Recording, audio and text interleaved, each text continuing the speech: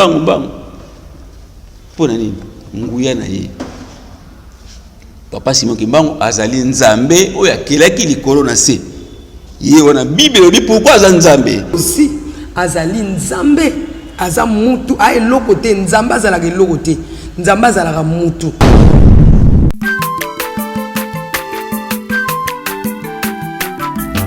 Aza mwana moto te po akosangai. Abongwa ni pete po awangana.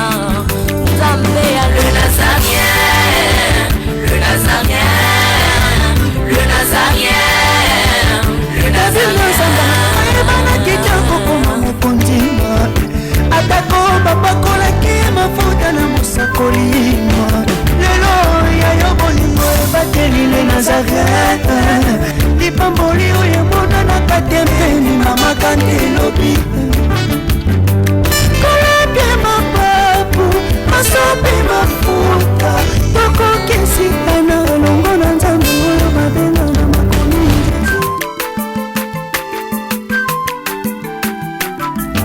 Aza mwana moto te po akosangai. Abongwa ni pete po awangana. Nzambe ya le Nazarien, le Nazarien, le Nazarien. Bonjour et bonsoir, bien-aimés dans le Seigneur, la princesse de l'Éternel, toujours à mon poste. Je reçois pour vous Papa Charles, c'est lui mon invité spécial du jour, autour de ce sujet de Papa Simon Kimbangu. Il y a à boire et à manger. Restez branchés derrière la caméra, c'est notre bien-aimé Gédéon Alpha, Lumbu, voilà. Et je demande à la régie de nous donner un cantique pour la gloire de notre roi. Aussi pour le plaisir de tous ceux-là qui aiment le Nazaréen. Là, je vois Papa Guy Labala, Papa Pessangandoui, Maman Lolo, couple Pessangandoui, Tiffany Labala, la princesse de l'Éternel.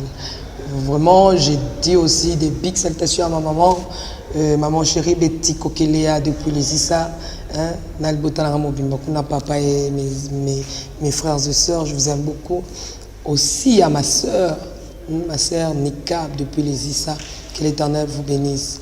Pour la Nintendo, de pas la émission, Papa Simon Kimbangu, mais Anne Kimbangu, c'était Kapinga, voilà, depuis l'Allemande, vraiment Nzambe à Pambolayo, et belé.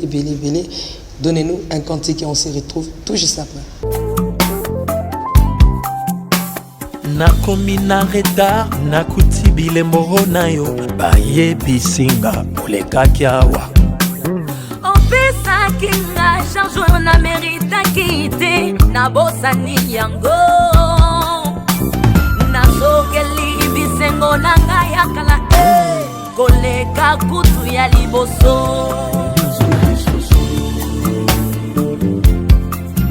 otomeki sayo esimete Yesu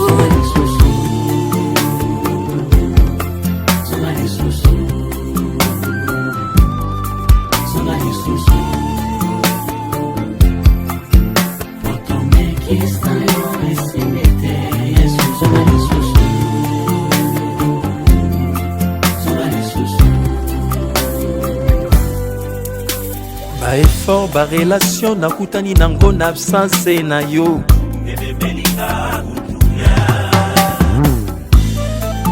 La Bible dit je vous laisse la paix, je vous donne ma paix, je m'adresse à mon pays. Sans Jésus on ne peut rien au Congo. Vous avez bien dit évangéliste.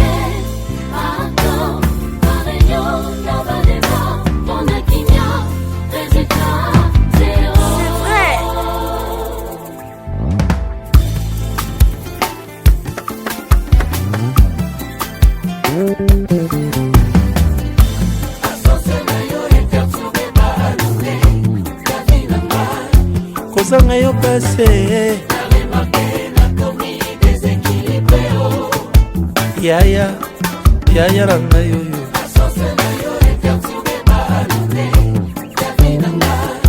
Kozanga yo passé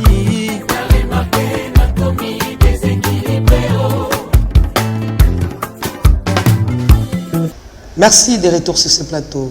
Je disais que je suis avec Papa Charles. Papa Charles, Mbote maman Tiffany. Bonne santé. Santé, Nangolo, Papa Simon Kimbangu. azo battre biso azo protéger biso azo peut mofele ce pays to pesa na mbota papa hein okombo ya tata pe ya mwana pe ya mwana mosantu okombo ya tata pe ya mwana pe ya mwana mosantu matondi papa Charles olekine émission mukula na bato balobi nini pe pesa bato mbote na pesi mbote liboso numéro 1 Yahweh mokeli papa Simon Kimbangu Kiangani mokeli likolo na se l'hiver o mona bakake biloni somona mokeli ndeye wana o bato babosani babongi nzela na pesi ona mbote famille saint papa Rigen papa Zako libote santo nyonso pe na mbote mingi penza na komba tata mwana pe tata musana pe bande komso bazola ndabi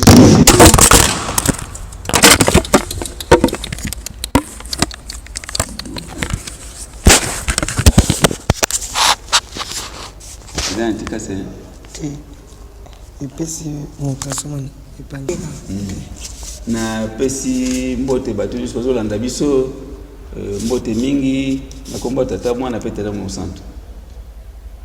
Voilà papa Charles tozaki mokanda na plateau mais ozaki na makambo banda koloba moyo avancé ezalaki te mpo ozalaki mibale lelo oza yo moko nalingi nayoka yo mpo tobeta masolo yango ndenge mpenza esengeli na mituna oyo evandeli na yo. Merci dernièrement tosololaki me tosilisaki mpenza te likambo motuya oyo toza nango lelo na Congo mpe Afrique mpe monde ya koyeba source ya Nzambe mokeli pamba te bato bazomona lokola biso bakimbangise toyebi te tobunga nzela bamosa bino bokota lifelo na bandeko biso bazoba or bato bazokompagne te makambo efandi na Congo awa donc Nzambe afandi na Congo awa source pe ya mokili banda pe na Congo awa source pe ya mutu pe basaki banda na Congo awa ya moni biso toyebi pourquoi nazoloba boye pamba te Jésus Christ pe alobi soki oyebi makambo ozalaki na ngate utana ebandeli c'est que makambo moli mosanto koyeba yango te ya mo lelo bato mi pe bazoyeba te pourquoi pas Jésus Christ alobi la Jean 14 alobi il faut ngana kende pa ya tata po mususu aya babengi le consolateur le Saint-Esprit bazolobela deux camps tangu ye molimo mosanto koya bato ebele bakoyeba ete pe bakomona ete bamonaka ete mais kuna alobi bino bokomona ye po akozala na bino libela azakati na biso pe akozala na biso libela siko bato balobi ke molimo mosantu akokozala mutu te parce que eza esprit tutuna nano Jésus Christ tanga azosala miracle na nguyani po azaki mutu azakolia azomela mais alobi boye evre onga na osala o bato bakufi basekwi tu ezali tata waza kati na ngande mutu osala miracle de Saint-Esprit sa puissance corps et pas Jésus Christ fils mais force Dieu le Saint-Esprit mutu opérer ba miracle ndi amoni papa sema asali ba miracle terrible koleka ndi amona toujours rappeler toujours yebisa mokili balanda ba comprendre place biso tozali so babongi nzela baya batuna tokoyanola bango bibliquement ya solo mingi eko pesa penza mwa libako toza tango kolobaki papa Simon Kimbangu ye wana Nzambe ete moto asalami awa na Congo olobi ozolinga oprouvango bibliquement ndenge ka papa Simon Kimbangu abaki ke tosalela Bible fongola na Bible po tobandela yambo photo bandana na source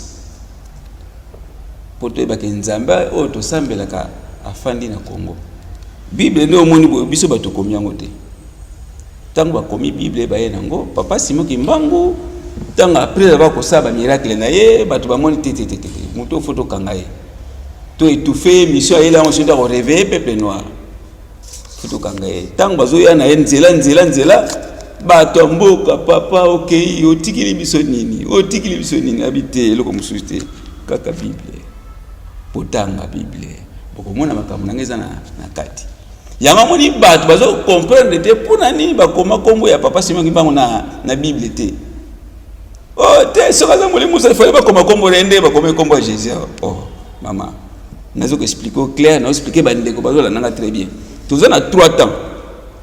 Tous on a temps de la loi, comme la Genèse, ti na Malachi. On a temps la loi. Na temps la loi, cela veut dire quoi? Jésus-Christ na na botamité pe kombo na ye na kati zati. La nanga très bien. Bola nanga malam. Comme na Genèse ti na Malachi, kombo ya kolo Yesu zati. Ezaïe asakoli ke mwana mwasi moko boye akozwa zemi akobota mwana bakopesa kombo ya Emmanuel. Ingolo banzambe kati na bato. Entre parenthèses. Kuna basu balobika na Ezaïe ka wabi mwana kobota mele biso. Mukonzi monene nzambe la nguya nyoso. Sikoyo wana tangwa loi. Tanto komi na Malachi to koti na Matthieu. Kombo Jésus qui s'est allé la nanga te bola nanga te kombo Jésus qui s'est allé te kombo Jésus et na temps ya grâce tango siko prophétie wana o Esaïe alobaki fo eko kisama yango eko kokisa tango Jésus Christ nde ayeko Maria moni azizemi nzama poni bota Jésus poni Maria zemi amoli mongosatu anja ebisi okozwa point okobota mwana abi anga mobali nanga to ebaite abi nanto fa de place mo habiter okozwazi mikobota mwana bakopesa kombo Emmanuel Jésus Christ nde kombo Jésus zé kobima sikoyo kombo papa semba babombi yango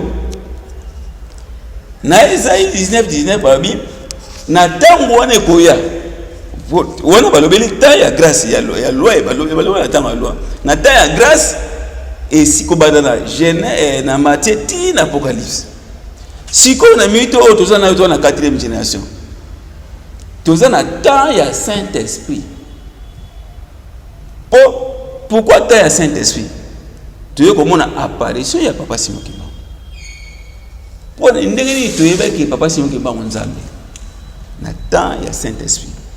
Pour te dire voilà. Si quoi il y a un temps bakari Papa Simon Kimba tala nyonso na Bible bo ba sekele. Mundele ayebi sekele ya monde mon po atambola sala ba recherche.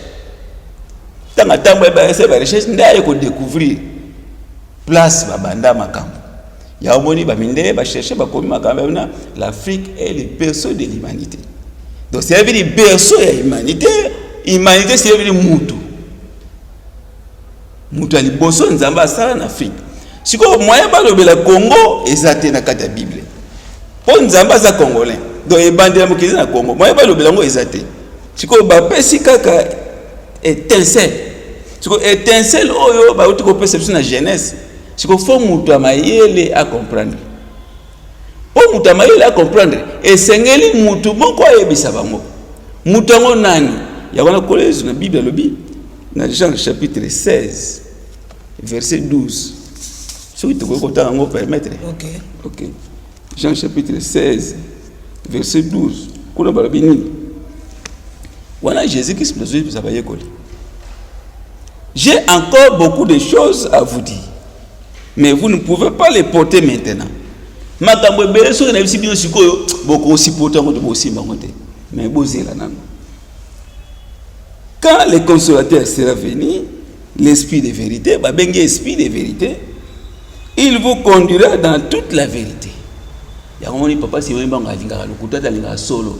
Tango tokuta na yebi tokuta na yebi bolo ba solo ka solo ndengeza ye. Azo conduire biso na solo. Okay. Car il ne parlera pas de lui-même. Landa place ba babungi nzeba bi Saint-Esprit amona na gate. Mais kuna Jésus qui s'azo ba boye car il ne parlera pas de lui-même. Maman balobaka, c'est lui qui parle. Tout le bagada munoko. Voyez bimi mutayoki. Ndeba sekele oyo no se sabino eza kata Bible ba code wana yende moli mubusatu nde ayeko yebisa bisongo. Il ne parlait pas de lui-même, mais il dira tout ce qu'il aura entendu et il vous annoncera des choses à venir.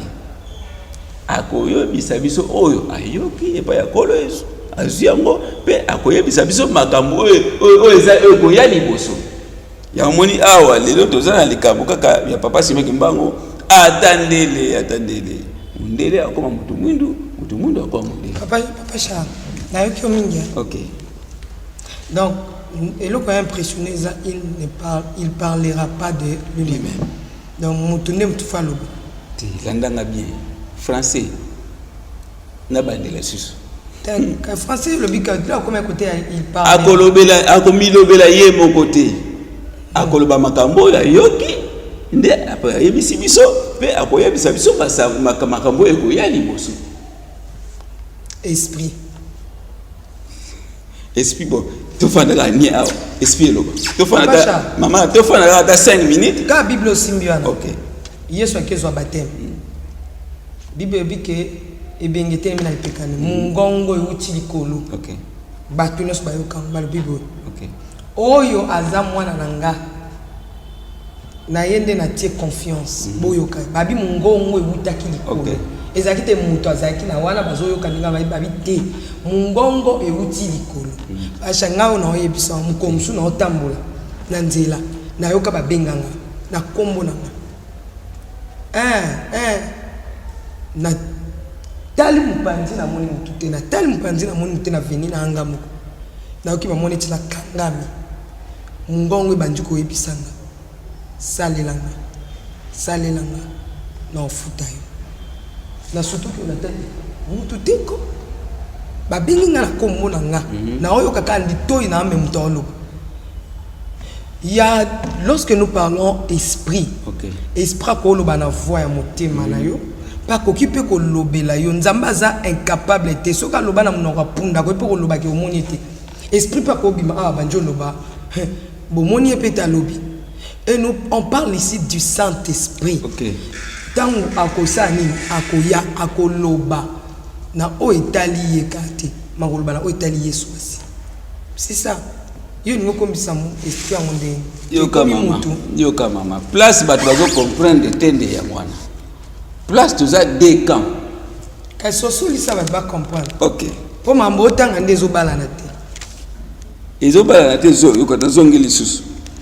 Balobi boye na Jean 14 16 à 17. Et moi je prierai le Père et il vous donnera un autre consolateur, afin qu'il demeure éternellement avec vous. Il,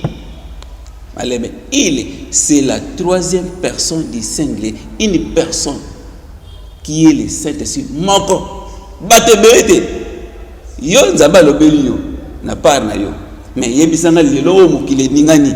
C'est papa si beli mbanga ningisi mindele. Pourquoi bakangaki? Po abali koloba sekele moko avec pepe noir mutu moko mi balete. Papa Charles. Excusez, l'andanga bien. Quand le Saint-Esprit sera venu, il c'est la troisième personne du singulier. Mutu. Quand on a Jean 16, expliquons clairement, il vous annoncera les choses à venir. Nazon sayon na deux camps. L'andanga na ozon sur la deux camps. Pardon, lobani. Oui, mutuana oyo akomina nini pesa.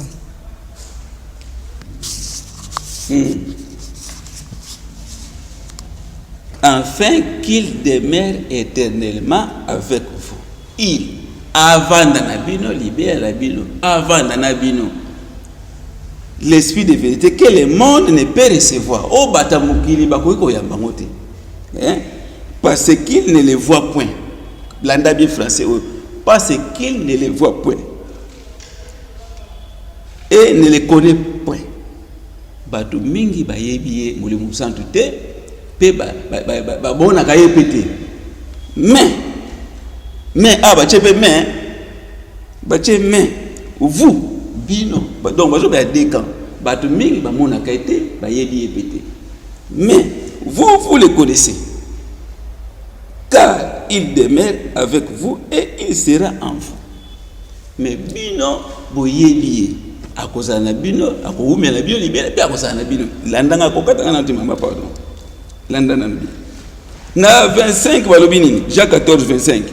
Je vous ai dit ces choses pendant que je demeure avec vous. Je demeure kuna na Jean côté babi car il demeure où Jésus Christ azaki na bayoko li place ni moko. Limbisa pobiso to te a expliquer batou photo sala ba geste pour batou ba non azala ki Jésus Christ na baye koli a demeurer alors oui je vous ai dit ces choses pendant que je demeure avec vous pour azana bango Jésus Christ azaki mupepete mutu le de Jésus Christ nzambe pas tout nom de Jésus nzambe mais azala ki mutu aliaki amelaki siko kuna balobini mais le consolateur l'Esprit Saint que le Père enverra, l'Esprit Saint, que le Père enverra au tata kotinda. En mon nom, na kombo na Yesu, landa bien. Vous enseignera toutes les choses. Vous enseignera toutes. Et les enseignements, il y a Saint-Esprit. Oh, nous avons les enseignements. À quoi enseigner, tout cela veut dire, oh, boyebi na, oh, boyebi te, ya boyebi sabino. Et vous rappellera tout ce que je vous ai dit. Landa bien, à quoi rappeler bino, oh, yongai na ebisibino. Papa Simon qui m'a envoyé un message na ye au komuna azali ko rappeler biso tala collège na bayuda asala kibwe aloba kibwe asala kibwe ndi azali ko yebisa biso ba secret nini ba enseignement nini autorobe et là ba enseignement attend de la fin enseignement attend de la fin c'est à dire ko yeba nzambe molimo mo santo po bazo belika ma troisième personne disengi ye mutu nete so compagnie mutu to ko fanda awa ndongo lobike no nzambe alobeli yo ayoki mungongo toko fanda pendant 100 ans toko yoka ta mutu moko te to voir to fandi ka boye pendant 100 ans to ka voir to fandi silence voir ebima yebisa biso non c'est la troisième personne mutu nde ya ko yebisa biso nde yo ande papa Simon Kimbangu papa Charles nakoloba nete so comprendre ngai tengate na comprendre bande ba comprendre ngana zali banda ya kana tuna mituna kana kati ya Bible kama mbulubi wana obane no koloba troisième personne distinguée il OK c'est une personne je suis tu es il est c'est l'existence c'est la présence je suis nazali moninga nazali azali ozali tozali il est c'est une personne conjugaison verbe être au temps présent. Voilà, nous avons très bien dans la Bible. Si vous avez conjugué, vous avez besoin de la classe. Mais bien là, la station est travail, na kangana. Na koloba. Vous êtes libre. Faut y poser libre. OK. Toti kano il pour na simba il osa agiter na il na tiki il c'est que tu effacer il a te yo comme agiter te ngana na simba il on dirait il est talika yo parce on habite effacer on a bible là pour troisième personne te luka soko qui termine to ko cha to o bible papa Charles na tiki il kolongola on peut kunati balobi ke mutu alongola te accepter pasha pour so yo lobinga yo kame so kana ngina loba yo linga ko yo kate ezala ostanta ke bombe zo ye la autre comment complément toujours compléter place sur qui baki sur so pe na bina loba te na tikelo miko mo na ka loba na tsuki wana mais tikela na pe na tono mo mito OK na personne dit balobi boy bazo maintenant esprit lorsque nous parlons de l'esprit c'est tout à fait normal ba conjuguer il. Parce que l'esprit, derrière l'esprit, il y a une personne. Parce que même Jésus, Azaki, Ayaki Nabomoto, mais il était Dieu. Oui. Tu vois un peu. Il parlait de son père. Mon père. Mon père. Maintenant, mon père, on a été. Mais on conjugué toujours Tata Naye. Tata Naye, dit que Oyokanga. Je sais que Oyokaka. Azo conjugué toujours en la troisième personne, mais tata tika mon ante. Or Dieu est esprit, comme la Bible nous dit que ceux qui peuvent l'adorer doivent l'adorer en esprit et en vérité. De même aussi le Saint-Esprit, c'est une personne, mais en étant esprit, bazo conjugué. De même Jésus-Christ, azalaki azal nzambe, ayaki lokwa mutu, azalaki tangwa zongi, aroza susu mutu te akoti na domaine ya esprit. De même Dieu aussi azali nzambe azam mutu ay lokote nzamba azala ke lokote nzamba azala mutu. Voilà pourquoi dans Jean et dans Genèse, excusez-moi, et dans Genèse 1er Genèse 2 au premier, à moins que je m'abuse, créons l'homme à notre image et à notre ressemblance. Donc lorsque azol batobate ke eloko bandako lobaka ke la mutu. Donc azam mutu Dieu, c'est une personne, c'est tout à fait normal. Même le Saint-Esprit, c'est une personne, c'est tout à fait normal. Va conjuguer la troisième personne du singulier parce qu'elle est l'autre côté. C'est une personne. C'était une personne. Le Saint-Esprit, à mon raté, mais c'est une personne. C'est tout à fait normal que Jésus a conjugué la troisième personne du singulier. Quand il viendra, il vous parlera de moi. Il a conjugué là. Je suis d'accord avec toi. Donc, esprit bako conjugué na il, topé ba mutupe normal bako conjugué na il. On les a vraiment débattu. Mais balobi awa pour te confirmer que les hommes tout de babi que bango ba mona kaiti. Ce que les kamwezande ya komona. Et que muto yeso bande ko lobela moni mo centre yeso bandolbe. Ezalaki muto yo ba mona kaiti.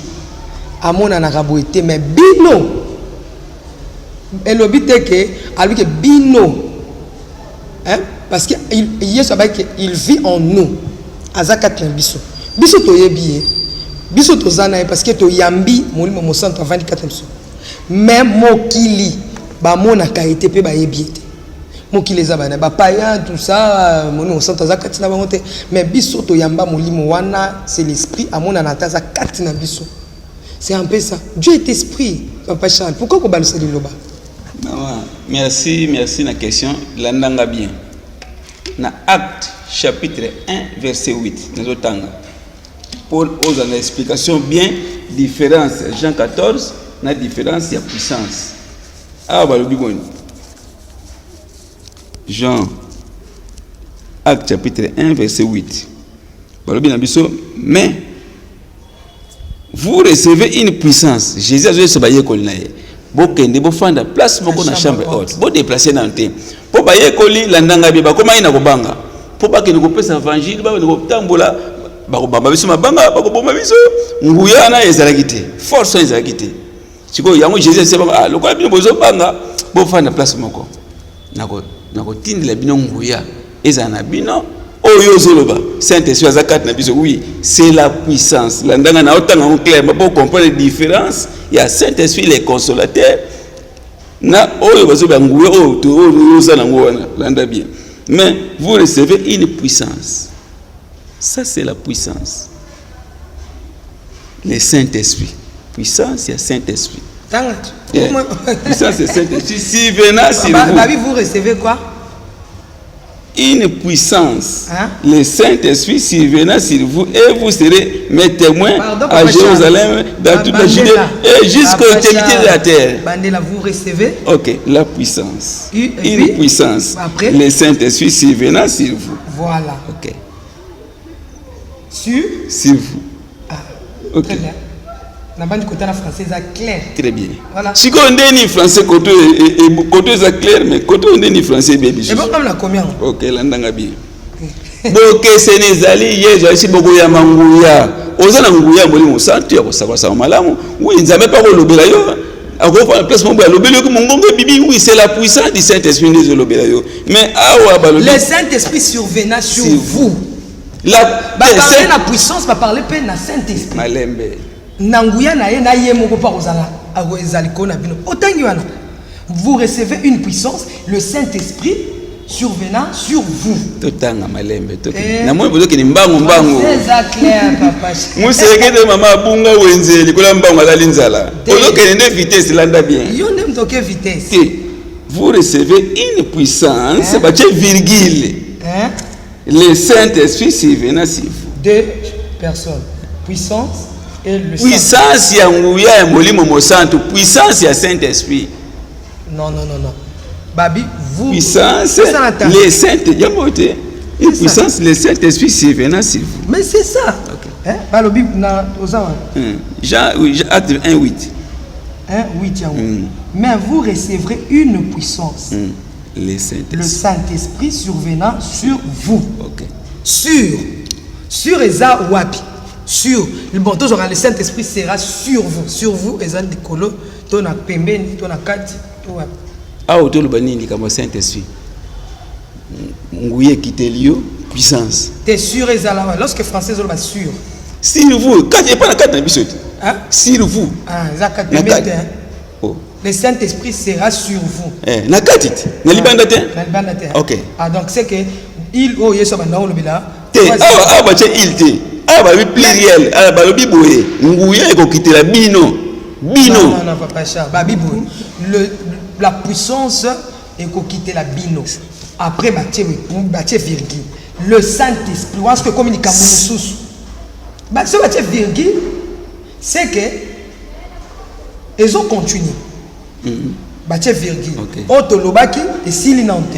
Toyesko ya na deuxième phase nango. Siko bali sango. Mais le balobi le Saint-Esprit, c'est-à-dire la personne du Saint-Esprit.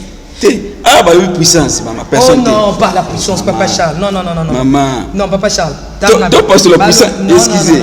Non, Papa Charles. Vous recevez une puissance. C'est toi la puissance, on a. Yoka, Ezaboué. Vous recevez une puissance. Le Saint-Esprit survenant sur vous. Une puissance, oui. Le Saint-Esprit. Donc, balobé puissance et puis balobé le Saint-Esprit. 2. Les ananguya oyo boroyamba. Mais à mon livre mon centre bi aoya katina bino. Ouais. Landa bien, zala posé. Zala à l'aise. Jean 14 balobé liboye. Baptiste que troisième personne du singulier.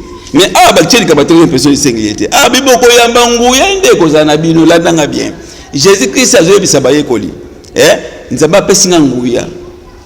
Yako sakola malamu yako biki sababeli watu wakufa tutu kusangala mpe pazala nguya eza différent na personnalité ya Saint-Esprit koto na Jean 14 bazo la personnalité ya Saint-Esprit c'est une personne so totanga na nini wana na wichu wana balobeli nguya balobi na personnalité te papa Charles nguya nini yebisa nguya nini balobi nguya elo monte ko yoko bakisa te nguya balobi nguya molimo kosanto une puissance.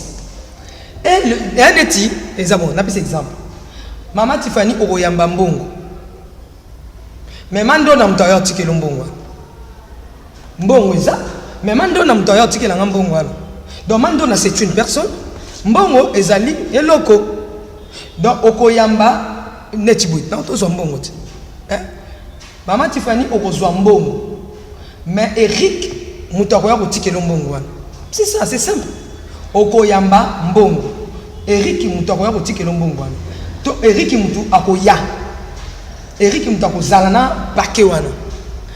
Vous recevez une puissance. Quelle est cette puissance?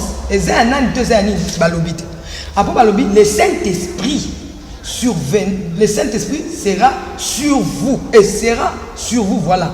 C'est ça. Donc tout en français madame papa. Ngalandi mamaka omoni ngamaka papa Simon akoma olanda ona bokebi. Oh, ils ont ngoté tout ça. Lucas versé mususu. Oh, ils simbité. Ils simbité, hein? Peut-être que vous avez un Bible est claire, mais vous recevez une puissance. L'année bientôt que nous allons vous recevez une puissance. Le Saint-Esprit surviendra sur vous. Mais oui, le Saint-Esprit c'est une personne. Pourquoi vous serez mes témoins? L'année bien. Tant que vous avez besoin de vous yawana, ne pensez pas que ma casse ou que nous sommes malades, ou que ça va bien. Parce que c'est un miracle. La puissance du Saint-Esprit. Et ça des choses différentes à Jean 14. Donc, Jean 14, Jean 16, papa, vous recevez une puissance. Puissance, et le matériel. Le Saint-Esprit. Le Saint-Esprit survenant sur vous. Bon, une puissance est à la web. Puissance est le moment en raté. Hein? Puissance. Et ça, nous moko n'est pas un mutabeli. Tant au nom de Jésus, mutabiki puissance. C'est quoi là? Force. C'est bon. Il y a qu'on évangéliser, c'est la force. Le Saint-Esprit sera sur vous. C'est que à mon âme. Puissance. Puissance, maman. Puissance et le Saint-Esprit sera sur vous. Sur le comme il colonne, on sait que mon Papa Charles, sur vous. Sur la lunette, papa. Excusez. C'est notre exemple. Papa Charles, lunettes n'est pas sur ta tête. Hein? Lunettes, c'est sur ta tête. C'est que mon okay. Sur vous. Donc, le commis sur vous, c'est que comme monana et sous-souté au puissance et monana. Vous recevez une puissance na boité ou bien puissance et zéro monana. Et ça kadimo. Mais lorsque babi le Saint-Esprit, babi ce qu'on le la moto. Bozana nguya mais le Saint-Esprit survenant sur vous. Donc cela revient dit au monde. Tout le monde a mon sang. C'est vos puissances au longoli. Tout le monde a mon sang. Cela revient dit non, simple papa Charles. J'ai expliqué. Au commencement était la parole. La parole était avec Dieu. La parole était avec Dieu. Et la parole était Dieu. Et la parole s'est fait chair. Liloba ezaki est-ce que liloba monango? Et moi na raté. Suka so ya kola tanzeto. Le Saint-Esprit pe et moi na raté mais kuna babi fo la tanzeto akoya mutu. Akoya ko sakola bino ba choses à venir. Molimo mosantu akoya kozana bino de camp batum suba oyeba ye mais bino boyeba ete pe bo mona ete mais batum suba omona ye de camp. Batum suba omona ye mais batum suba omona ete de ba boy. So tuni yo mona pa wasemba yo mo na bilili boy so mona ye. Oui, na mona ye. Boy. Na mona papa simu assemblée la ponanga. Na âge 12 ans. Ah, kasi ngaza kimbangisa musika ya Congo. Omona ye boy. Na mona papa na fuka ma. Mu pepe. Omona mu pepe. Maman. Ah, kasi siko omona siko mutu. Saint-Esprit c'est une personne, c'est la personne. Na bondelo pa kimbangisa ba Orlando ba yebi komanga na sina kotisa mama papa simu kimba. Ko bimisa ngamba ngomba te Luka verset mususu. Na Luka verset mususu. Voilà. Dans la Bible, il y a Dieu le Père, Dieu le Fils, Dieu le Saint-Esprit. Expliquez nga bango misa tu boy. Dieu le Père, Dieu le Fils, Dieu le Saint-Esprit. Ba mona na kabe ba mona na kate. Mi tous les alaki pa nanga, biya les alaki pa na yo. OK. Na yebisa OK, nzabe tata, nzabe mwana, nzabe mole musantu ba mona na. Pourquoi toujours ne bade. Dieu dit, faisons l'homme à notre image, selon notre ressemblance. Mutu, to sala mutu, akoka na biso. Soki nzabe azalaki na zolo, mutu pa na zolo. Soki nzambe azalaki na masuki. Donc nyonso mutu azala ngo nde nzambe. Azalaki pe na forme wana. Père, Fils, Saint-Esprit bango misato. Comment parole Jésus-Christ a latin nzoto? Comment Saint-Esprit la tanzoto te? Ta place na beto mo lo mo bien. Na koko beto. Na Bible la nanga be. Na ngo comprendre na place ngana zaeli. Père, Fils, Saint-Esprit. Tant Père a ma belle formé, Fils, azaki Saint-Esprit alaki. Parole et latin nzoto Jésus-Christ. Comment Saint-Esprit la tanzoto te? Saint-Esprit la tanzoto bate yo pozo yebate. So moni passe le chaque changa na liste bato ba yebate ngana oyeba. Ozoyeba? Ah voilà, c'est bien. Voilà, félicitations. Mais bato muso ozoyeba ke to moli musa to zakati na biso. Ya moni passe ye. Na woloba.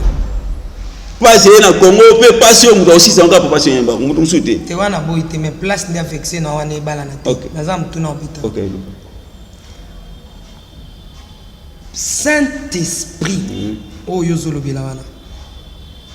La personne du Saint-Esprit azamutu. Jésus à la Bible. L'heure est venue. Il est déjà là. Où les vrais adorateurs adoreront le Père en esprit et en vérité. Dieu, au lobby, Dieu le Père a créé l'homme à son image. C'est Kazamutu. Yango akeli mutu nelingina. La Bible nous dit ceci. Notre corps est le temple du Saint-Esprit. Et c'est lui qui va détruire son corps. Je le détruirai. Parce qu'en vous, c'est au-dedans de vous. Quand est-ce que le Saint-Esprit devient c'est une personne, mais agissant, n'a qu'une simple, n'a qu'une chose simple. Jean Azoloba, je suis transporté en esprit. Apocalypse. Mais Jean n'a esprit. Alors oui, je vis. Il y avait le trône. Azo détaillé makambo amoni. Donc c'est là on va dire tant to kota kana molimo to longwe na nzoto o. Neto ko expérimenter la personne du Saint-Esprit. Au koko mona avant nzambe yo anaza az esprit. Jésus nous demande que tu pries en esprit, mais lorsque tu continues une extase, mais Jean a expliqué que je vis le trône. Je vis une personne. Azaki a 4 formes. Il y avait la forme de l'homme, il y avait la forme d'un lion, il y avait la forme de ceci, de cela. Il y a 4 faces aux gens à Monaki, Nzambe.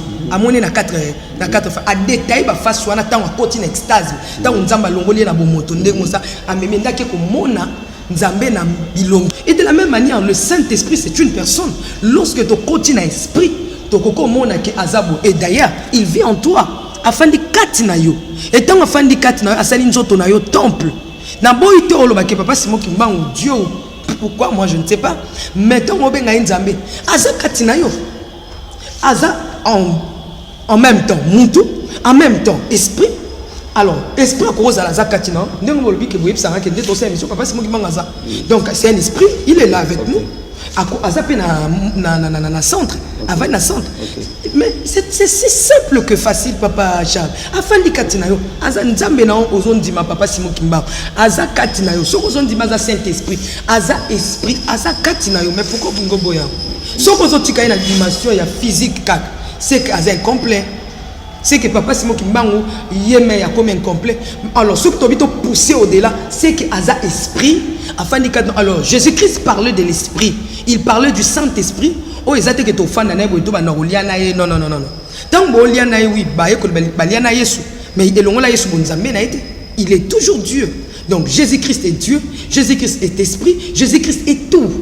Mais le Saint-Esprit que Jésus parlait, ils ont quitté Oyo Ngo Pesa, papa Simon Kimbangu, tout ça. Non, papa Charles. Pesa avec ses mousses, on a déjà invité. Maman, dans le Bible, si tu as échappé, c'est grave. Si tu as ignoré, peut-être le Saint-Esprit, c'est une personne, c'est grave. Voilà, tu as totalement dit là. C'est que malheureusement Jésus-Christ a conçu. C'est que Colosse dans la Bible, parce que c'est Jésus qui parle. Jésus me dit alors il faut na pas ya tata atindre un autre consolateur mut na otinda bino mosungi mususu yebisanga mosungi lelo il songite mutu te esprit eramba mo sungi mba moko. Et pourquoi pas l'esprit peut t'aider? Hein? Oui, l'esprit peut t'aider. To fandika boye $100 payé. To fandaka boye $100 ya. La Bible me dit ceci, en réalité dans l'homme c'est l'esprit. En réalité, mais en réalité, dans l'homme, c'est l'esprit. Le Saint-Esprit est capable, Dieu, il est capable de commander et de télécommander n'importe qui. Alors, c'est l'esprit. Oh, to moni pété, mon pas y pété. Papa Simon Kimbangu lobi awa. Azan Zambet, Azesprit, abimela roi na prison de puissance. Akene ko aider na puissance. Te akene ko obeti ko papier bini papier za physique to za spirituel. Ya azana na prison akome kuna ndeni physique. Physique. Mais akendaki na physique te, physique ne tikalaki awa. Esprit na inde mutekine kuna ko inde mutu ko sunga mutu. Et de même manière le Saint-Esprit étant Dieu, akoko kita a aidenga. Des malais maman quelle vitesse te. Ozo que de vitesse makasi. Non que vitesse te. Ozo que de vitesse makasi. Nzambe Saint-Esprit azalaki na commencement na katikati pe na fin. Nazali pe na kozala. Nzambe. Nazalaki ndenge azalaki na bomoto. Ndenge pas zali lelo na bomoto. Ndenge pas kozala. Na personnalité na ye kuna bazobela mutu yebisanga nani na monde nani ata magicien ngo ata ndongo tango prophète kingandi ba bible bango belebele bazwa yo batio na tona sud caustique badindisi yo na kati basude tona ngo eza na misère mukolo keneka mbo mona ngo bazwi bakaya baboki no océan abimi libanda mutu bakangie na nzoto boye papa Simon Kimbangu bazwi soso bachebwe badindisi batomboli soso poussière bazwi ye papa Simon Kimbangu badindisi ye mutu na nzoto na mai makila nzoto yoza nango yepe na makila zango badindisi na tono babibisi badindisi baboke na mai na fleuve na biso awa musika te après abimi yebisanga dimension nini magicien nini to prophète ni asala eloko modèle wana Jésus-Christ bakangi babete fimbu bakangi basambisi titi fimbu kru basete a fait 3 jours à sécurité. À la tiba bonzabene. Papa Simon Kimbangu formé les nyonso oyo mutu akoki kokufa. Na la tiba bonzambe ya papa Simon Kimbangu que Dieu le Saint-Esprit. Saint-Esprit c'est une personne, la personnalité à Saint-Esprit est différente na biso. Ndo moni papa Simon Kimbangu na biso. Azana nzoto oui, azana mai na makila. Aja rapé, amela rapé. Mais siko ndenga zawana azana ndenga mona biso te différent makasi. Pourquoi? baye kosambisa na bazango yo zokufa te nani kolo ezokuta kufa ki yo zana zokufa te wana zongisho maloba na ngai te yemo papa Seigneur bango alobi ngai naza molimo au centre babomaka yango te landanga bien place tozali awa Jean 14 Jean 16 tokende 12 tokita 13 alobi molimo au centre babomaka te mundele mtawasambisa azwi bible abi o yezu alakaki na bilaka eza nde yo abi nga naza motindami mobikisi pe molimo au centre personne force c'est le Saint-Esprit. Philippe azotuna l'accepte tata abi boze bate yo banda tovana yo ze bangate moninga moni tata za kati cela veut dire na kati ya mutu nde la force la puissance yango ndezo espérer ba miracle yo sa makambo ndenge yo za ndenge yo zo babwe Saint-Esprit oui c'est la puissance au bondeli mutabiki c'est la puissance mais la personnalité ya mutu ngo o balobeli awa c'est une personne physique. Nde papa Seigneur bango ya mundela yebi mama yo nem to yebite tuna belge yebi ça que papa Seigneur bango za nani papa na za musika te akena ndako ya Monsieur Simif na salon papa Monsieur Simif a tia photo ya papa Seigneur bango afuka me atia maboko likolo mundele américain photo ya papa Seigneur bango na mission Mwanza azo sambela azo ka dore papa Seigneur bango pourquoi mundele afuka bi libosa photo ya papa Seigneur bango ayebi tina ya papa Seigneur kanga yabi botuna bindele ba yebisa bino ngana za nani papa Seigneur kibango imvulu aussi impeva longo réponse na yemoli bo centre c'est abeli mundela alobi na yebo o sambisa juge alobi est-ce que o yezo alakaki na bilaka ezayo pourquoi mundela alobi que non o yezo alakaki na bilaka ezayo parce que mundela se fait comme moli mo centre oya nde ba comprendre bi ezaye mais ce qui to bengie molimo mo centre le quoi les 6 à ville à salle à l'église ba beti ngonga ba noir riche ba ko adorer biso ça ba ni to pe ces prophètes des places ba benga pas Seigneur prophète envoyé spécial de Jésus-Christ prophète Simon Kimbango mais ça prophète pourquoi la prophète pour monde la salle formule nyonso o muta ko kufa no c'est bazo yo prophète ngandi bo benga o prophète tel boy ba benga nzambe boy ba benga nzambe bazo mwelo ya libanga ya 50 kg balati coordonnate ba ke baboki no océan awa ba ke baboki na masuwa ba yosonga ba tele na ngambo na sala miracle ni ngona muto zoto ya mwana barabi Dieu est esprit ce qu'il adore en esprit et en vérité.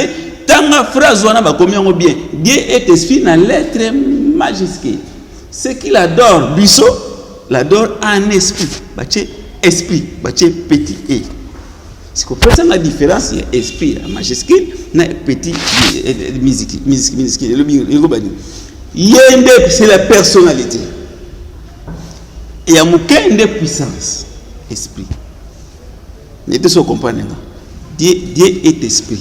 Ce qu'il adore en esprit et en vérité. Très bien. Dieu est esprit, ce qu'il adore en esprit. Dieu est esprit dans la lettre majuscule. La Bible bien lui, c'est la lettre majuscule. Ce qu'il adore en esprit dans la lettre minuscule. C'est l'esprit, mais l'esprit de Dieu, c'est la personnalité Saint-Esprit, la personnalité de Dieu. Ce qui t'aime, tout na Belge. Qui est l'ambassade de Belgique, on va se séqueler. Qu'il y a solo papa Seigneur Mbango, botal sur ma archive. Ambassadeur, na bureau ambassadeur, la bibliothèque Mikanda sort les accords. Il y a un moment où on a souffrir, on a dit oh pour nini tobo sani nzambe, oh asala ki likolo c'est, il y a pour sauver biso, biso tobo sani. Indépendance numéro 1, papa Seigneur Mbango, abimeli mundele roi na prison sama belé. Na comme na nzoto boy yebisanga apungwe ndeni akoti kuna ndeni c'est l'esprit la puissance mais a solo na roi boy fara ndenga no toso na sama be na prison bon akoti ndenge nini akoti ndenge nganga ngota mazisiango akosa eloko wana et puis ali bimise pe na prison balma botu na balma ba yebi ke ndro abibaki na prison ndenge nini yango yo la nguya ya Simon Kimbango pression ya papa. Tu peux si charge, te charge on est bongi na le comment on est bongi na papa Simon Kimbango kana. Simon Kimbango 21, yora papa Simon Kimbango kana. Yora nzambe moli mon sang. Yene pas yo suki samaka. Abanda ki bandeli que la lumière soit ne bandeli papa Simon Kimbango.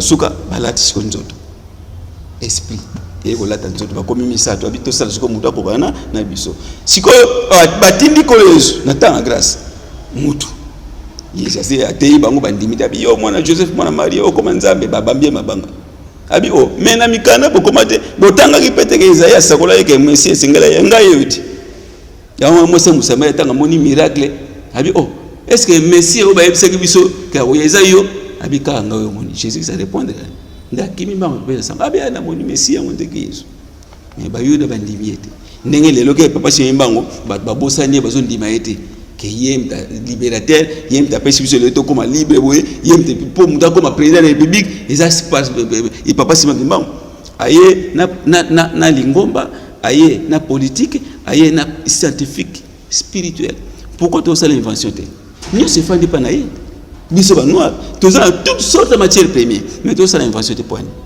nous se ya kanyango papa Simon bakanga na kanyango soki batu balandi bandimeli pesi honneur na ye nda libéré yo mona batu bozo kene nkama mbangu lobi ko mu ko tikote zalaki mbangu pona nini nguya na ye papa Simon Kimbangu azali nzambe oyo akelaki likolo na se ye wana bible lobi pourquoi aza nzambe na Ancien Testament na Genèse balobi place basalaki mutu na Moyen-Orient na Orient et puis de kuna balobi place basalaki mutu mboka ngo toni na or ebele et puis de matière mo ba komi kuna eza beldium na omnix ba scientifique ba to ba sali science ba chercher à minerai so tamona tous les 5 continents ate ezaka awa po boyeba bokene na kamba bokotuna ba kolakisa ba sali science ba chercher ba minerai ba otalisa bango de sekelende bomba miwana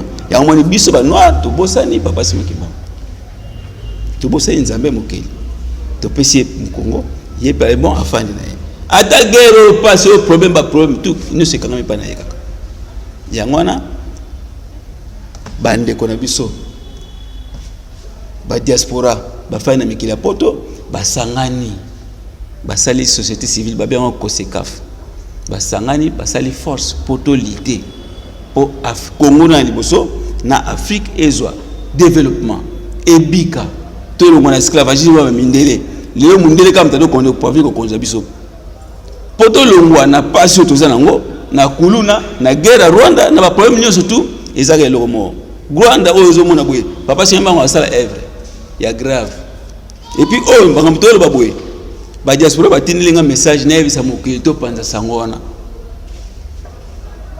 to panza sangona to yebisa batuke biso nyonso to s'adresser et pas papa Simbangu journée le 6 avril comme journée chômé payé parlement na biso ba adoptango ba votango sénat ba adoptango ba publiango et comme officiel ce que communiquera bongo na 2023 auto banda le 6 avril ce que l'état na biso réalisango yo komona nini nzambe ya kosala biso mais ce que ba réalisango te papa mama makambo Jésus qui salobaki na Matthieu 24 et comme ça tout au long ya RDC Matthieu 24 Jésus qui s'alaka kiti événement ekoya un cri de guerre guerre pambate ya suka ba guerre ya moto moniti mais o mso suka mapata esani eko panza be toalo eko kitana se moto étoile otala étoile na éclaira so ekitna se yo fanda ce qui ka to respecter te to kotanga bino ba déclaration ya diaspora makambati ndepso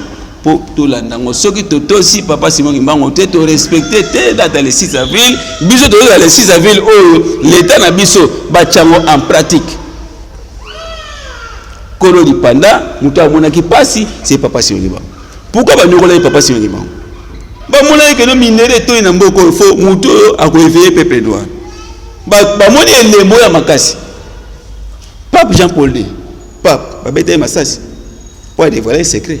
Alors Dieu est noir, Jésus-Christ est africain. Il est assis précisément au nord de l'Angola. Parce que les moussés dans kati ba noir bazo ibade. Na 82 papa ya kasa discours. Na ye na komi na Congo, mbala liboso na komi na Congo pape. Na kutani na ba notable ya humanité. Est-ce que ba professeur batangi makasi? Ba comprendre phrase wana. Na kutani na ba notable ya humanité. Ça veut dire président de la République est notable.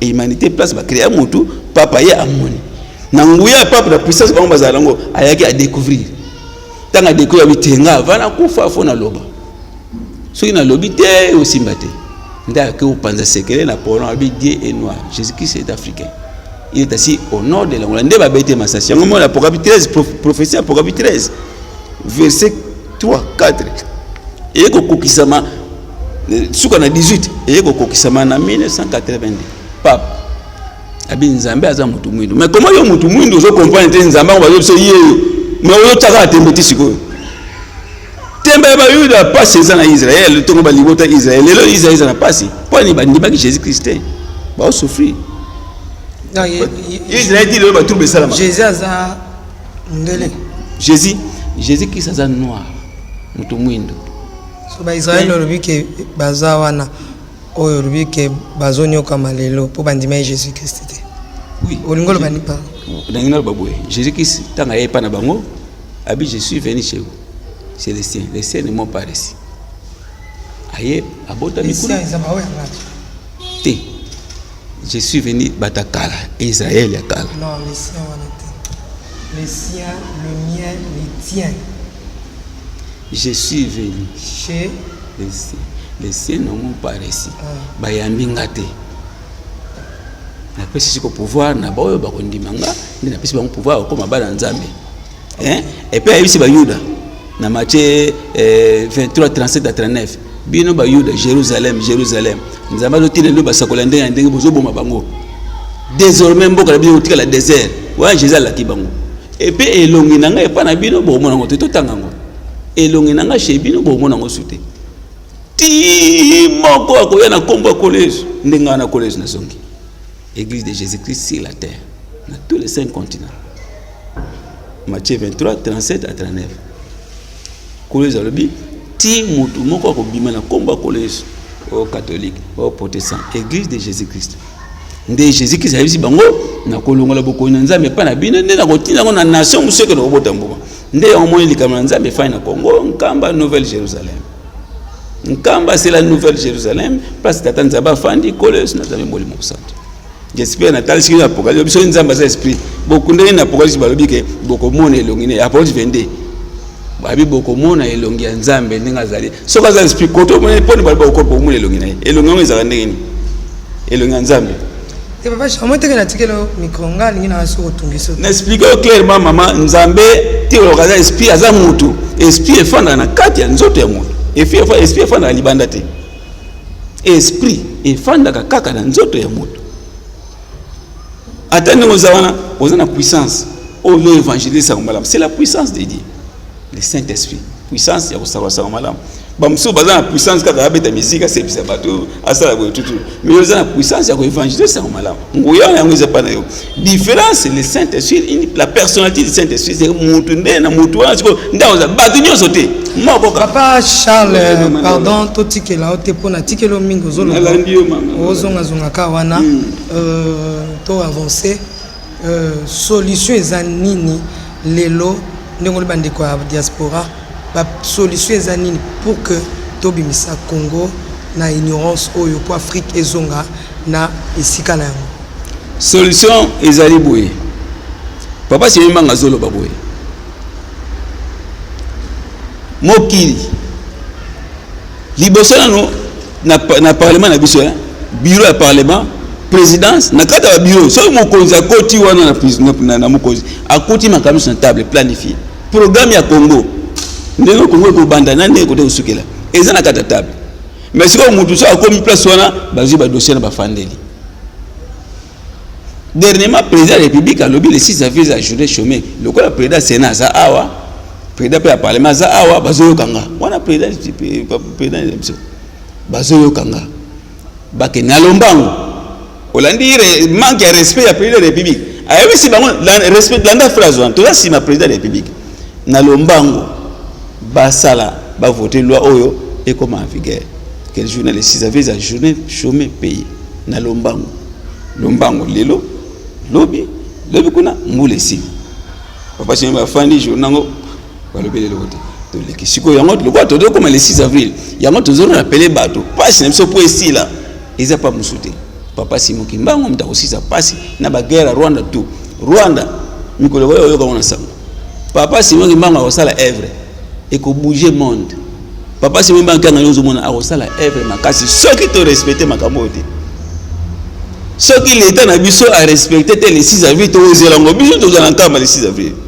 Papa Charles Tobeta no masolo ya Papa Simon Kimbangu bayokani na nani na roi ni na roi wa bimisi na prison.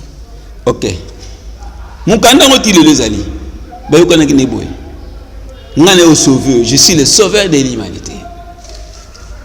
Ndenge kolozo sauveur ya humanité. Kolozo za asiatique, ezala banani tout. Obeleli azanayo. Papa Simon Kimbangu, le sauveur de l'humanité. Ça rapport na Congo pamba te mais Afrique pe monde entier. Ayebisi roi, je suis le sauveur de l'humanité. Talaka ye mundele Papa Simon Kimbangu mwindo. Abina yo sauveur. Abimisi abiso opesa ngani roi tuni opesa ngani.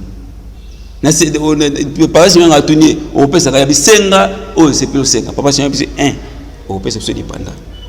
Souffrance baluba bandeko nanga bazo souffrir batu mwindo. Fimbo eleki indépendance. Mutu mwindo benga mema mkako negre. Mutu mwindo n'époque okoza mkonzité colonel ozate. Kaka papa caporal assez. Grande likolo kokota te. Okoma te. Na bureau okosala te. Place marché mundela ko ekota wenze yo mutu mwindo okota te. N'époque abi souffrance na facile. Tous a dit pendant tout comme libre. Biso peto bana ko sala ya biso. Pourquoi tout ça invention te? Roi Papa Simon abise oko perception du pendant dédé tongela biso Congo pendant 80 ans. Sala mukanda wana oyo roi signaka ezali wana nzamba osenga ekela munaye ayebisi roi bokonza nzambe esengeli telema honneur wana oyo Papa Simon mazwaka 18h 6h esengeli mokili mobimba biso to pesa honneur wana les seuls bakimangisi bato pesa Papa Simon honneur nzambe honneur wana a sauvé ya bimisi la prison a comédie balma grande puissance babangi ba belge ba yebi siko mukanda wana basinyaka epa na biso awo ezali ba mindele baza nango Papa Simon Kimbangu abengaka Antoine Kizenga na Lubumbashi na prison Antoine ya Kizenga kaya na prison ba solola en huis clos mikandango yango o papa Antoine Abanda o basinya na mindele eza makambo be na kati mais papa Antoine Kizenga tant avant kufala azwaki Abanda ko luka pour continuer ba ebisa kipso azana livre moko soki apesi yango ebombi makambo ebele les ande oyo livre d'or eza secret bato babona ka livre d'or ba oseka livre d'or tant ba bengo livre d'or ça veut dire bomengo ya Congo mobimba efandika na likaboka wana numéro 1 Papa Simon Kimbangu mukanda eza ba corps siko na ba corps ba yokana ba signer faut ba saela ngo rien dédé tant to komi na 60 ba ebisi kasavu soki mindele ba tuni ko banga bangote ko banga roi wana te poso na pembe azane rien soki ba tuni bo sambela culture ligne tu quoi tu puisses bien indépendance photos à indépendance libre to dépend de ce mindele te biso mo photo ba invention makamututu kasavubu abangabi catholique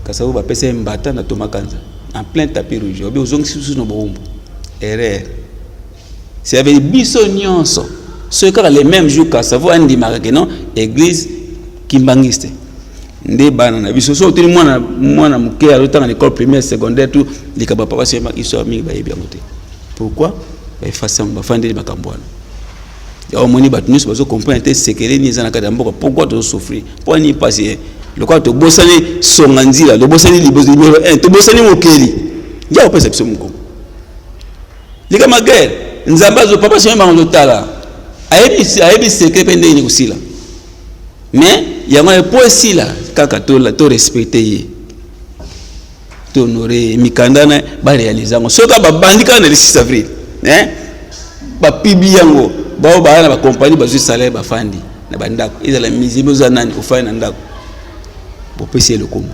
yesu ko na plan na ye akoloba le 6 avril ko so comme journée chômé payé yesu ko akoloba likambo que le quoi ba nanga boto si likambo yo tala seke na bombeli tama comme na bonta bomengo na bombeli biso bomengo ya mboka na biso Congo ezaka na mboka Papa Simon les premiers patrons du monde premier riche ya monde kaka Papa Simon kanga ndozo monana ana banque moko terrible na mbazango abisa mbongo moko famille ba otie tembi abi tanga bimisi mbongo ndenge ka mbule beta makasi zo kite mbongo batala mbongo boye Papa Simon ba nganya ta mundele na kingo inde ba bongo mbongo wana bakoko bakoko na biso ba Kongo kuna musu ba bomba mbongo wana yakina bibende na papi c'est que les akaka et pas ya Papa Simon Kimbangu mususu te. Merci beaucoup Sekele Ezaipa Papa Simon Kimbangu nde awa tozo kita na émission na biso mais boto kita otanga non message oyo otanga non message oyo ba tinde biso pa diaspora.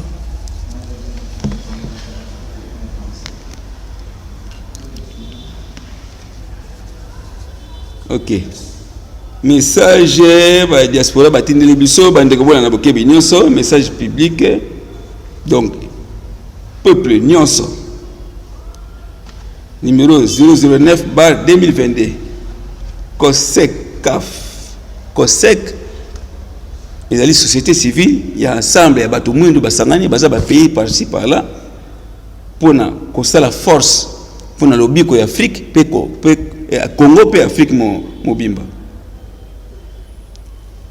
balobi boye mise en garde bazo sala liboso numéro 1 ba congolais mbote mingi na bino nyonso bandeko na ngai bandeko ba diaspora ne ba biso tolanda na bokebi nyonso penza 9e message public ya COSECAF na 2022 pour rendre public voir ci-dessous l'audio de 7h.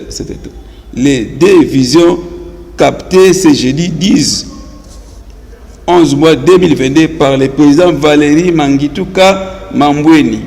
Ezali message d'avertissement et pas message d'avertissement et pas ya papa Mfuma Longo, papa Joseph Diangenda Kuntima vis-à-vis ya batu nyonso ya misala mabe. Soko yebi ko sa misala mabe papa Diangenda lobaki ngo likambo. Tobongwana avant qu'il ne soit trop tard. Batu ya tembe et bongo bolo bate été nous n'avons pas été informés. Batu ya tembe un homme averti en vaut dit-on. En tout cas kobomba message oyo pona mokete kabola yango na mwana Congo nyonso vedon. Donc il y a nini batu ya misala mabe ba changer soko yebi ko sala misala mabe pa ndenge na ba likamoko mutu nyonso a changer so sala misala mabe tika po likambo ezo ya liboso balobi boye mbote papa Charles. En tout cas Papa Simon Kimbangu a panzi poke na audio oyo ezali quelques secrets oyo ezali ko freiner développement ya Congo. Ba ebisinga na ebisa bandeko na biso nyonso tu. Oyo ko freiner développement ya Congo. Pe épanouissement ya ba Congolais. Ezali na makambo oyo ba politiciens congolais ya kala ba politiciens congolais oyo ba signaka avec Papa Simon Kimbangu à travers ses 3 enfants. Papa Kisolokele, Papa Dalungana et Papa Diangenda. Il faut que les politiciens honorent leur engagement puis depuis les 60. Sinon rien ne marchera dans notre pays. Si la situation générale de notre pays est actuellement catastrophe, c'est à cause de l'ingratitude de nos politiciens qui non seulement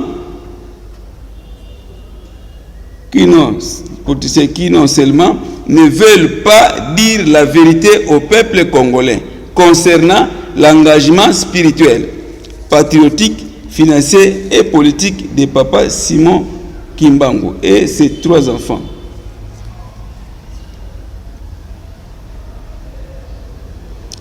awa lobi susuboye ne bisapso likambo oyo Patrice Emery Lumumba abimelaki mwana na ye ya liboso na kombo ya Michel Lumumba na date ya le 28 9 mois 2007 na 12 heures pendant 45 minutes azalaki na Bandal Makelele Eri Lutete numéro 1 na se ya nzete ya pomme rouge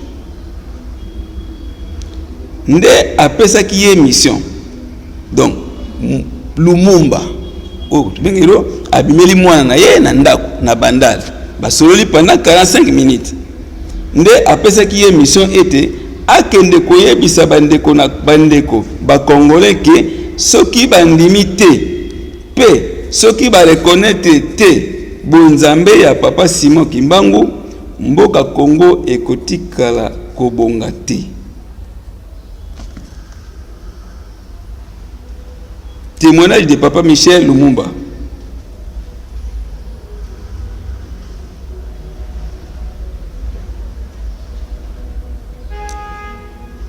Si la grandeur d'invité de papa Simon. Libération ya Afrique et komi pene. Confidence dévoilée et sengeli mwana nyonso ya Congo alanda ba témoignage oyo. Et pesami na premier fils ya premier ministre ya Congo Patrice Lumumba tolanda yango na bokebi nyonso penza kabola pe yango na mwana Congo nyonso. Secrétaire général ya COSEF Patrice Emery Lumumba abimelaki mwana na ye ya liboso na ndako ya Michel Lumumba na date ya le 28 9 mois 2007 na 12 heures. Yo yango na utikotanga déjà.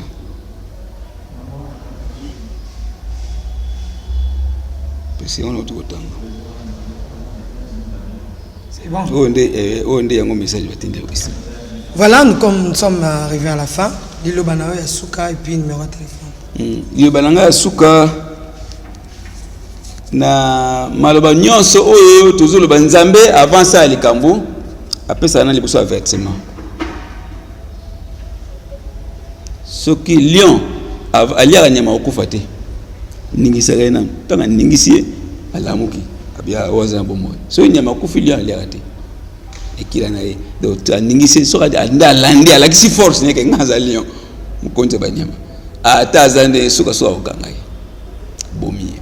Donc awa bande kona biso ya diaspora batindi biso message pe balobi boye ba cause na biso ya kala ko bana na 60 ba fandela makambo papa Simba yango bibabi misango libanda congolais biso alanda soki bato sango te moto ekopela ça veut dire papa Simba Kimbangu aza na prêt mais aso averti biso yango na yote ko biso likama Matthieu 24 ndenge pourquoi ils en a Congo pour na nini avertissement ya Matthieu 24 ekosama na Congo baye ko libatuna ki kolo Yesu événement ozobe makasi mapate ko panzana ekosama wapi petango nini Yesu ebisi ko ezolobi ezana tango na bino te boye makambo na tango ya suka na 4e génération place bembe moko ekozala mabota na mabota baye kotala na babenga baba fotu bakone kotala bembe wana ebembe nini. Donc c'est à dire événement on a tout au long ya RDC tout au long ya RDC ah ba ici sur le message so sara mabe sa nini bongwana so sara ndoki o sara misa mabe tika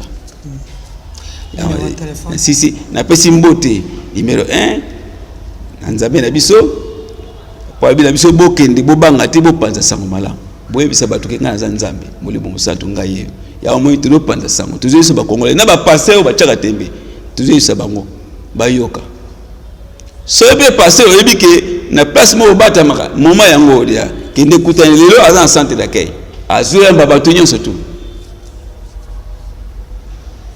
na pesi mbote na bande ko nyonso tu o balandi biso message na libote santu général papa Zako mbote na mingi papa Rigen mbote pe mokili mobimba mbote na ndeko na bilo papa Charles mayeko libéra téléphone 085 94 38 68 4.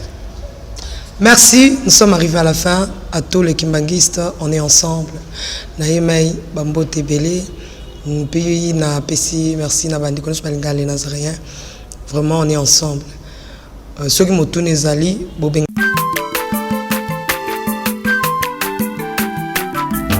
Azamwana motote, Boa Kosangai, Abongwani Pete, Boa Wangana.